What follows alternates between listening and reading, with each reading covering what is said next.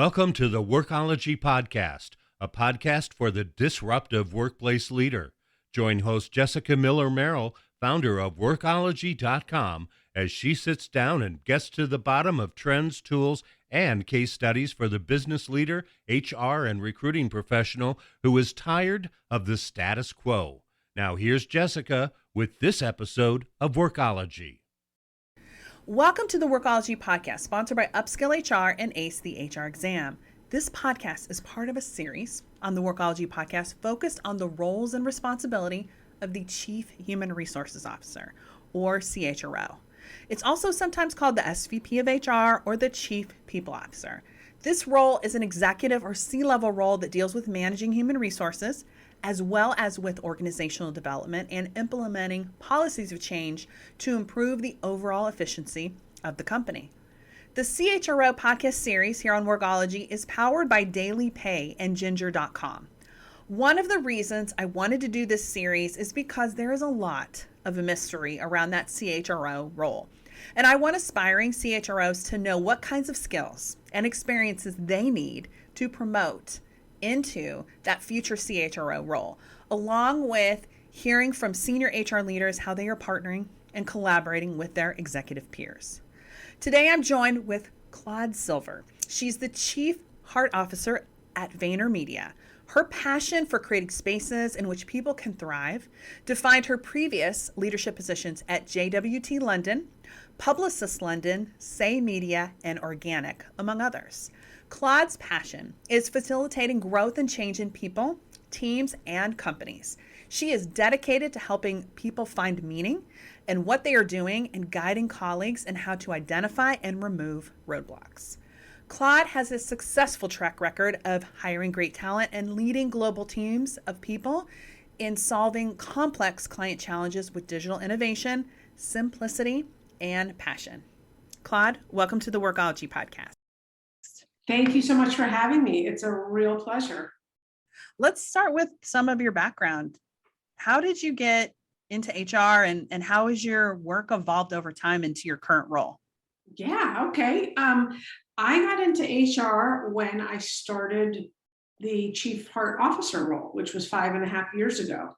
Prior to that, I had been in advertising agencies for years, working as a strategist or account director, almost 18 years. I had also started my own surfing and outdoor adventure company in 2002 to 2005. So for me, being with people, understanding human behavior, being curious about human behavior, being a coach, a mentor, that was something that's always been in my DNA, and I loved it. I studied to be a psychotherapist about a zillion years ago, and I never, ever thought I would be in the world of HR. I didn't have a draw to it. And then, of course, when Gary and I discussed creating this role, it firmly sit over HR. I did change the name of the department to People and Experience to be just more common sense. It made more sense to me. And it also made sense that I wasn't going to run a department that I had never run before. That seemed a little out of integrity. So I oversee the People and Experience team, and I work with almost 1,200 people now. Wow. Gary and the company, yeah. You guys have grown so much. Yeah, we have. We really, really have. I started 7.5 years ago. I was employee number 389. And then when I took over the CHO role, there was about 450 of us. And that was 6 years ago. I will say that, and you know this, I'm sure, but I'll say it again, that like when I'm giving your bio at the beginning and describing your job, it is very different than a lot of the other chief human resources type roles. Can you talk a little bit about your role as the Chief Heart Officer and what you do? Of course, absolutely. So we're a very high touch culture. And when I say that, I really, really mean that. We are accessible, available, open door. My only job description that I have in this 6 years is still the following: to infuse empathy and touch every single person in the agency. So when I asked Gary what my job description was, and he told me that, I had to figure out, well, how was I going to do that? How was I going to make sure that I could connect with every single person in the agency? I'm not in London. I'm not in Chattanooga. So I had to figure out how to scale myself very quickly, but I also started to do 15-minute meetings with everyone at any point that I could. Either people proactively set it up with me, I proactively set it up with them, or I have like more jam sessions where I bring people together that don't know each other. And I'm trying to get a sense of what's going on for them, what's working, what's not working, where's their growth, where are their bottlenecks. I'm doing a lot of one-on-one coaching. And really finding out and understanding like what is going on with our people, not only during the workday, because of course their life isn't just this 9 to 5, and their life certainly just isn't on Zoom. Their day starts at 6 a.m., 6:30 a.m. when they work out or get the kids ready or homeschool the kids or anything like that. So for me, I really am in touch with what's going on with individuals and in certain offices and regions. I do a lot of resourcing. I oversee recruiting and a lot of global strategy meetings in terms of where we're taking the company, opening up new offices in different geographies, and fundamentally like how our people are doing, how they're feeling, what's going on. Is this a culture of collaboration? Are we creating inclusivity from top down, bottom up? Everything and anything that has to do with people and their experience from the minute they apply for a role to their last breath at Vayner, and quite frankly, after they leave. I love that you do these 15-minute meetings and then you do the jam sessions. I would love more heads of HR, chief heart officers, or within the HR community to do more of those. It's just really a challenge when you think about all our time commitments and how things are quickly changing in our workplaces, especially right now during the pandemic.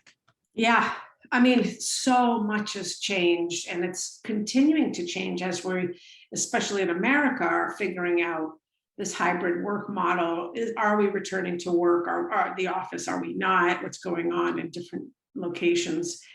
And really, fundamentally, the most important thing right now and always is the mental health, emotional health of our people. And what can we do to support them? How can we walk side by side alongside of them to let them know that they're not alone, let them know that we got their backs, and all the while, giving them growth, development, feedback, opportunities. We've been doing this podcast series talking to CHROs for a little over a year, and I have asked everyone we've interviewed. So I will ask you, and I'm just really curious about your response. What are the unique skills and experiences that you believe are an absolute requirement for a chief heart officer role, especially thinking maybe for HR leaders who are just starting out in the industry? Yeah, I love the question. Thank you. Fundamentally, the first thing I believe is you have to have a heart that wants to help. You have to be a person that wants to, in some way, shape, or form, partner with, serve, be there for others. This is not about being the lead actress or actor. This is about turning other people into heroes and champions. And that takes a certain breed of person, I believe. And then I think, obviously being a great listener is very important, understanding who you are, your own self-awareness, having patience. And then one of the things that I think is really different is, at least today, is being proactive rather than reactive, not reacting to the problems, but really trying to stay on top of where you can see the smoke, because there's always going to be smoke. And what are you doing about that smoke? Can you talk a little bit about what it's been like for your team, which is the people and experience team, during this global pandemic? Yeah, it's been a wild ride since March 16th, since 2020, and when we sent everyone home. And as everyone you're speaking to will attest, there was no playbook. I couldn't look this up and say, what did IBM do in a global pandemic in 1979? There was nothing to look at. So we all had to learn from each other. All of our CHROs had to learn from each other, and thus, trickle that down and through the team. Getting people home safely, working with people on their benefits was huge, making sure that people had the right type of Wi-Fi, making sure that people were safe, and everything like that was really, really important. And all the while, we had to downsize. We had to do that via Zoom, which is never fun, and figure out how to have comms on Zoom to tell teams, when there were shifts going on. A lot of all hands we held. And really, I would say fundamentally, what this team has done and risen to the occasion is much, much more transparent communication than ever before. And I love that. I really do, because I don't want the world of HR, people in experience, to be this vault that no one could get in. Obviously, yes, we're not going to share salaries. We're not going to share private things, of course. But I want accessibility, because at least the way we're set up is we're set up to be really almost a center of excellence for training and development and different courses and reviews and our people management system and everything. So I want people to be able to use and lean on our team as much as they do, and even more, which is definitely happening. Let's take a reset. This is Jessica Miller-Merrill, and you are listening to the Workology Podcast, sponsored by Upskill HR and ACE the HR Exam. We're talking about empathy in the CHRO role with Claude Silver. This CHRO podcast series on the Workology Podcast is powered by Daily Pay and Ginger.com. Every employee has different mental health needs, from preventive behavioral health coaching to therapy and psychiatry. Ginger offers effective, convenient mental health care for any level of need, all from a smartphone. Learn more, visit Ginger.com. When we spoke previously on the prep call, you mentioned your one-liner job description. Can you tell us what that is and why it's so impactful? Yes, to touch every single individual and infuse the agency with empathy. That's the job description. And it's so impactful because it says it all. Yes, you can click into any single one of those things, and I can tell you how I do it. And I can only tell you how Claude does it. Someone else who has this role could do it very differently based on not only their personality and how they're organized, but what they care about. So for me, that it's my North Star every single day. And it's also, not only is it aspirational, it is attainable. And I know it's attainable when I feel that, when I'm with a person and I feel that those chills, or I feel that aha happening, and I feel like, yes, we've just created a relationship out of nothing. It's very, very fulfilling. I feel like you've just succinctly described, for most people, I think what their job in HR is, but normally it's like a 700-word document or more that's on several pages. So I wanted to ask you specifically about empathy, because you mentioned that in the one-liner. How do you scale that within a company culture? And then how do we translate those intangibles like emotions into data and business? Yeah. The empathy is a word that's been used now a lot in the past 5, 6, 7 years. And really, if you break it down, empathy is an emotion. The actions of empathy are kindness and compassion. Those things are very easy to scale if it's known that this is a kind and compassionate culture, that we treat each other well, that we aim to be the bigger person in every situation, that we aim to be a yes and not a no but type of company. So that right there, kindness and compassion are very, very scalable. It's a matter of having the intention and wanting to do that. It's also a matter of not always needing to be right, but just being better. And that's huge. I often say to our new joiners on Mondays in orientation on Zoom right now, who's the smartest person on this screen?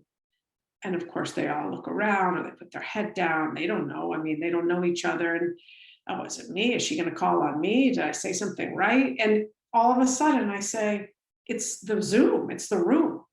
The room, the sum of all of us is what makes us so smart. Not just one person. There's not just one rock star here. You're all stars. So that is how you scale, sharing who we are, how we go about our day, what our vision is, what our guiding principles are, and then acting on that, because action, of course, is how you bring anything to life. So that's how we scale it. Empathy. And then the intangibles, that's a real interesting one, because everyone always asks me, well, what's the ROI of like a happy culture? What's the ROI of like a chief heart officer? What's the ROI? I mean, obviously, what's not the ROI of a happy culture? There anything and everything is. But we know that you're going to have less sick days. You know that you're probably going to have more innovation or creativity because people enjoy working together. You're going to have more collaboration, friendliness, warmth. You're going to most likely have healthy debate. That you're most likely not going to treat people on or off the island. Those types of things. And a few of those things you can quantify.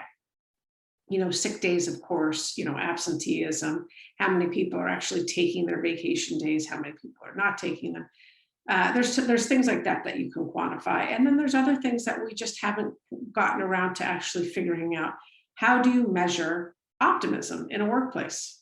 I'd like to figure out how to measure that, because it will blow the socks off of CEOs and board members when they see just how fruitful an organization is when optimism is in its bloodstream.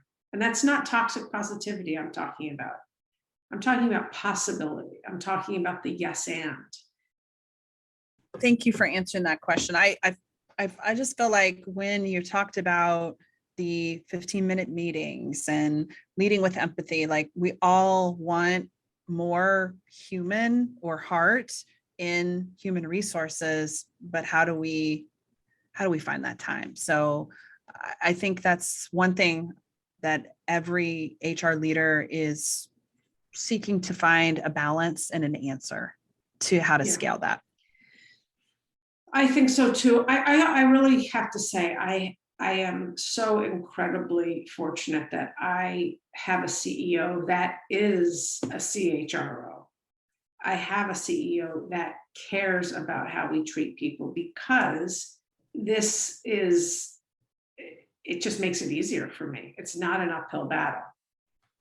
And I recognize that that's not how every CHRO is positioned. I recognize that not everyone has a CEO or reports to a board that is open to bringing more heart into companies and corporations, because it's hard to quantify.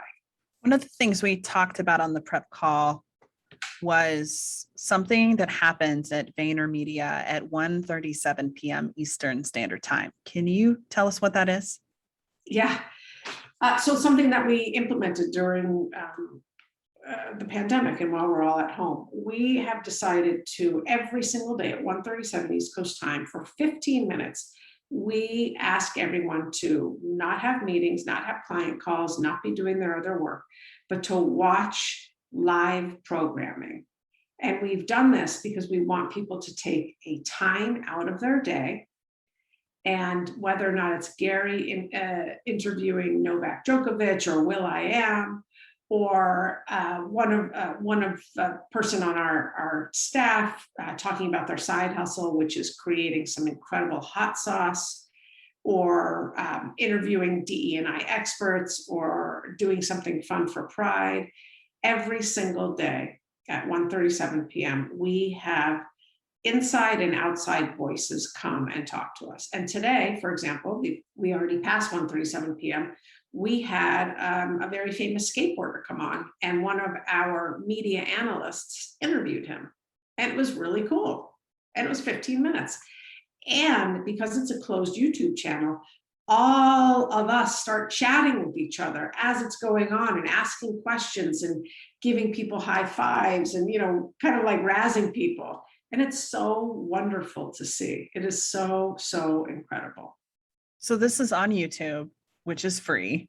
Mm-hmm. And you guys are able to utilize that every day at 1:37, and you can connect with all 1,200 employees at that time for just 15 minutes. Yeah. Well, I want to be honest, Singapore is sleeping at that time. So they watch it recorded. And then London is having dinner at that time. So, but most of the time we get LA, New York, Chattanooga, and London watching.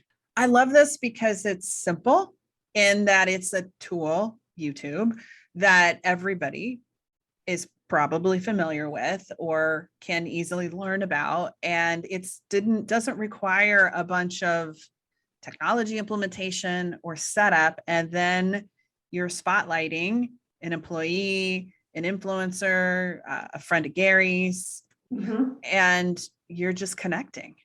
Yeah, we're just connecting because the way this company works, and I mentioned how high touch we are, is through this interconnectedness, this connective tissue. And quite frankly, when every single person starts, we always say to them, go find 10 people to meet. Maybe they'll come to me and they'll say, who are the 10 people? Or they'll go to their manager, who are the 10 people? And then those 10 people will give them 10 other people, because even though we're 1,200 people, we're still small if you think about it. And there's so many of us that have been around for 6, 7, 8 years. So it's the relationships. The relationships are everything. I love the creativity of this because it's such 15 minutes, a small way to make a huge impact in this high touch culture that you are, as the Chief Heart Officer, charged with leading. Are there any other examples that maybe you would want to share of different ways that you're putting this high touch culture into practice? Our all hands are very, very active for us because everything's on screen. We can have people, as if Gary's leading the all hands, we can have people come up and do Q&A with him on screen. So we just use StreamYard and they are backstage, and Bobby gets up there and he asks a question and Gary answers and jams with him for a second, and then Sally gets up there. And so ahead of time, people will send me and Gary's chief of staff the questions. And so we'll know, okay, this question is asked 3 times. So let's pick someone who's never been up on screen yet. This question's never been asked. That person will go to the front, that kind of stuff. So, Zoom and this virtual world has proven to be very fruitful to us. Of course, we miss each other. We miss the talk in the kitchen and getting coffee and going out for coffees and all of that stuff. I mean, we really, really miss each other. But I have to say, there's a beautiful intimacy that we have been able to create on screen. And I'm so proud of every single person that has leveled up and really sat up and been a part of our culture during this very foreign time. So anyway, so that's another way that we do this. And then every SVP who's overseeing, big books of business, they have their own team meetings. They have their own, whether or not it's Wine Wednesday they do, or whether or not they do trivia or treasure scavenger hunts online. There's tons of things that we've now socialized around the agency in these last 18 months that we're sharing, games, stand-ups. We have meditation 2 days a week at 12:30 p.m. East Coast time that anyone could take part in. We've done a lot with our CRGs, our community resource groups, during this time. So it's been really exciting, I have to say. Like people continue to amaze me. Well, Claude, I appreciate you taking the time to chat with us and sharing what your role is and how VaynerMedia is really driving a empathy first culture. I love it as you grow. Where can people go to learn more about you and VaynerMedia? Maybe they want to apply for a job with your team. Well, please do. Please go to the VaynerMedia.com website and check out careers, because we are hiring a lot right now all over. So we'd love that. You can check out me on LinkedIn or Instagram, my website, ClaudeSilver.com. And then I have a podcast. So hit me up, and I really do. I respond to everyone that writes. So I'd love to hear from anyone. Well, thanks again, Claude. I really appreciate you taking the time to chat with us today. Thank you. Have a great one, Jessica. It is so interesting to me to see how a role like the CHRO, whose experience connects them to strategy and operations of the overall business, and how that is changing. The Chief Heart Officer doesn't just lead HR within a company. The company depends on this person's leadership to set standards and benchmarks for everything. And Claude talked about a lot of different things that she is leading the charge on. Could be DEI, company culture, to employee engagement and connection, leading with that empathy. I appreciate Claude taking the time to share with us her experience today. Thank you for joining the Workology Podcast, which is sponsored by Upskill HR and ACE the HR Exam. This interview is part of the CHRO series, and it is powered by Daily Pay and Ginger.com. This podcast, the Workology Podcast, is for the disruptive workplace leader, maybe the empathetic workplace leader who's also disruptive, who is tired of the status quo. My name is Jessica Miller Merrill. Until next time, visit Workology.com to listen to all our Workology podcast episodes. Personal and professional development is essential for successful HR leaders. Join Upskill HR to access live training, community, and over 100 on-demand courses for the dynamic leader. HR Restart credits available. Visit upskillhr.com for more.